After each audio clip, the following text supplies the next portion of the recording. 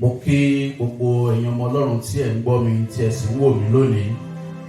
Orúkọ tèmi ni Ṣọlá Ọbálẹ̀yẹ, Provost ti St. Paul's Cathedral, Òkè Ìgbórè, Abẹ́òkúta, ní abẹ́ Anglican Diocese of Ẹ̀gbá West.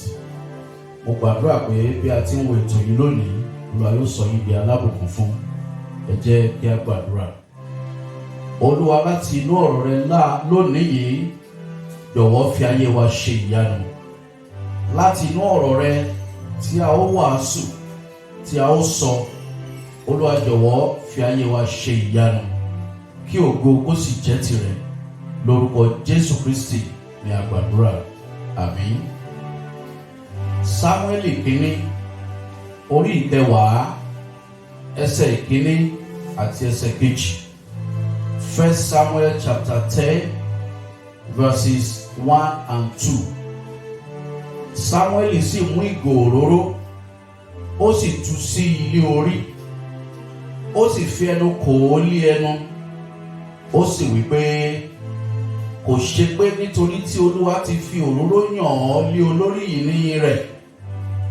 Nígbà tí ìwọ bá lọ kúrò lọ́dọ̀ mi lónìí, ìwọ ó rí ọkùnrin méjì lé ẹ̀bá ibojì Rákélì lé agbègbè Bẹ́ńjámínì ní Sẹ́lsà. Wọ́n sì wí fún ọ pé, wọ́n ti rí àwọn kẹ́tẹ́kẹ́tẹ́ tí ìwọ ti jáde lọ wá. Sì wò ó, bàbá rẹ ti fi ọ̀nà ti kẹ́tẹ́kẹ́tẹ́ sílẹ̀, ó sì kọ ominú nítorí rẹ wípé, kí lèmi ó ṣe ní ti ọmọ mi. Hallelujah. Ọlọ́run ló ń gbé ènìyàn ga. Ìwọ tí ó ń wò mí tí ó sì ń gbọ́ mi, nínú ìtàn tí a kà yìí, a rí i pé Sọ́ọ̀lù ará Bẹ́ńjámínì, láti inú ẹ̀yà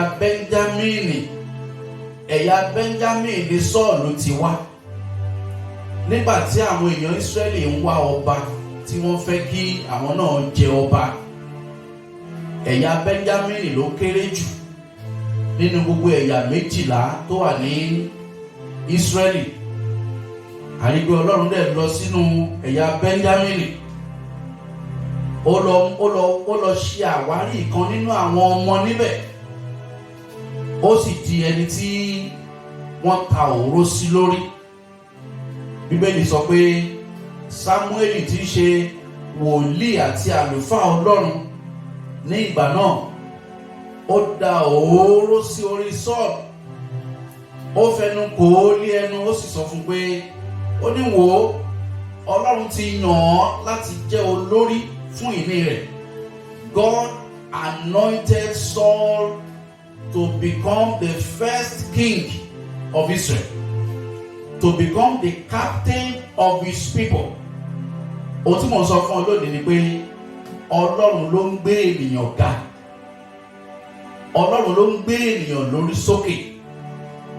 Ọlọ́run ló ń fa ènìyàn lọ́wọ́ sókè. Ohun tí Ọlọ́run ṣe fún Sọ́ọ̀lù, òun là ń kà lónìí. Mo ní ìròyìn ayọ̀ fún ọ bí o ti ń gbọ́ mi tí o sì ń wò mí pé ìwọ náà Olúwa yóò sọ ọ́ dẹni ìgbéga. Àwọn ọmọ rẹ, ọkọ rẹ, aya rẹ, Ọlọ́run ní ètò láti sọ wọ́n di ẹni ìgbéga. Bẹ́ẹ̀ ni yóò sì rí lórúkọ Jésù. It is God's desire, it is God's pleasure to elevate you, to promote you, to make you to get to the top. If you believe this and you cry unto the Lord, it will be so for you. Bíbélì sọ pé ìgbésókè kìí ti ibikíbi wá bí kò ṣe láti ọwọ́ Ọlọ́run. Ọlọ́run ló ń gbé ẹnìkan sókè tó ń rẹ ẹnìkan sílẹ̀. Ìwọ tí ò ń gbọ́ mi tí o sì ń wò mí lónìí, Olúwa yóò sọ ọ́ dẹni ìgbésókè. God will promote you. He will promote your children. He will promote your husband. He will promote your wife. So shall it be in the name of Jesus. Ohun mìíràn tí mo fẹ́ tún ṣe pé àkíyèsí wa sí kí a tó lọ gbàdúrà ni pé àsìkò Sọ́ọ̀lù ló dé. Olúkálùkù ló ní àsìkò tirẹ̀. Ọlọ́run fi Sọ́ọ̀lù hàn, ó fi hàn fún ayé ní ìgbà náà. Àsìkò ìfihàn Sọ́ọ̀lù dé, àsìkò tirẹ̀ náà yóò dé. Your own time is going to come. People have different times of revelation, of manifestation. Ní ibi báyìí ni a ti fi Sọ́ọ̀lù hàn, tí Sọ́ọ̀lù sì di ọba. Ó di ọba fún orílẹ̀-èdè Ísírẹ́lì ní ìgbà náà, ọba àkọ́kọ́. Ọlọ́run ló fi hàn, Ọlọ́run ló mú jáde. Ìwọ náà Ọlọ́run yóò fi ọ́ hàn. God will announce you. God will announce you to your world, to your generation. Torí pé Ọlọ́run ló ń mú kí ìgbà àti àkókò ènìyàn kó dé. Mo gbàgbọ́ pẹ̀lú rẹ lónìí pé bí o ti ń gbọ́ mi tí o sì ń wò mí, Ọlọ́run yóò mú kí àsìkò tìrẹ náà kó dé. Àsìkò tí Ọlọ́run yóò fi ọ́ hàn, àsìkò tí Ọlọ́run yóò gbé orí rẹ sókè, àsìkò tí gbogbo ènìyàn yóò rí ọ.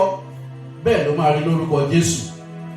Ní ìparí, wọ́n sọ fún wa ní ẹsẹ̀ kejì pé wọ́n ní nígbà tí Sọ́ọ̀lù bá kúrò lọ́dọ̀ òun lónìí, wòlíì àti àlùfáà yẹn sọ fún pé kẹ́tẹ́kẹ́tẹ́ tó ti ń wá kiri á gbọ́ ìròyìn ayọ̀ pé wọ́n ti rí kẹ́tẹ́kẹ́tẹ́ náà. Mo fẹ́ sọ fún ọ, gbogbo tí o ti ń wá lónìí yìí, ní ọ̀sẹ̀ yìí, ní oṣù yìí, ní ìtókù ọdún yìí, àwọn tó ti ń wá tipẹ́tipẹ́tipẹ́, Ọlọ́run yóò bá ọ ṣe àwárí gbogbo rẹ̀. All that you have been seeking for, you will find, and so shall it be in Jesus' name. Lákòótán, mo rọ̀ ọ́ láti fi ọkàn rẹ fún Jésù, láti ronúpìwàdà kúrò nínú ẹ̀ṣẹ̀ rẹ, kí o gba Jésù gẹ́gẹ́ bí Olúwa àti Olùgbàlà, kó o kọ̀ ẹ̀ṣẹ̀ sílẹ̀, kó o gbé ìgbé ayé ìwà mímọ́, kí o fi àkókò àti ohun ìní rẹ kó o fi máa sin Ọlọ́run. Yóò sì dára fún ọ. Mo fẹ́ kó o máa fi ìgbàgbọ́ ṣe àmín bí wọ́n ti gba àdúrà fún ọ. Lónìí yìí, Olúwa kó sọ ọ́ dẹni ìgbéga. Àwọn ọmọ rẹ, Olúwa kó sọ wọ́n dẹni iwájú.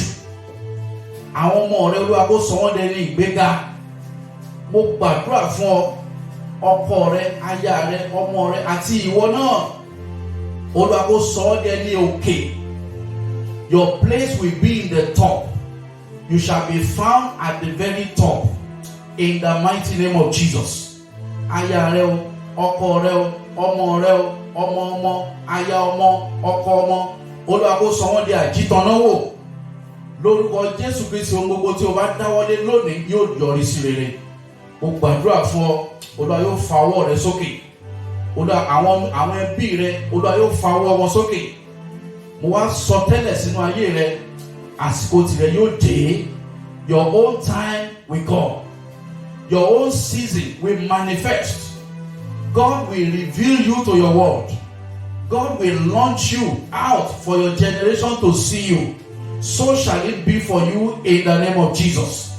Mo gbàdúrà fún ọ pé ohun tọ́lọ́run ti ṣèlérí fún ọ ní ìbẹ̀rẹ̀ ọdún yìí, lọ́jọ́ òní ó bẹ̀rẹ̀ sí ní farahàn.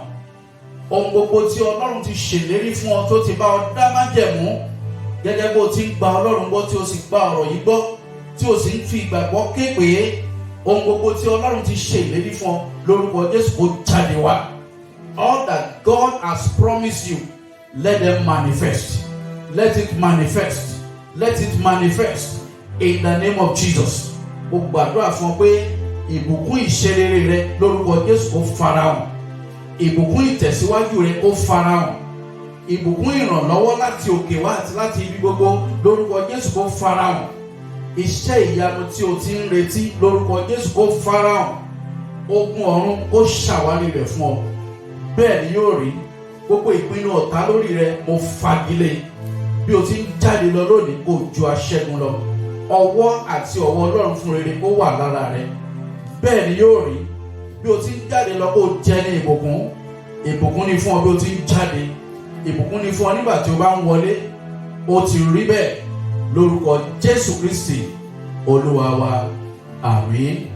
Mo rọ̀ ọ́ láti tún darapọ̀ pẹ̀lú wa ní ìgbà mìíràn nínú ètò yìí, ohùn Ọlọ́run láti òkè wá, voice from above.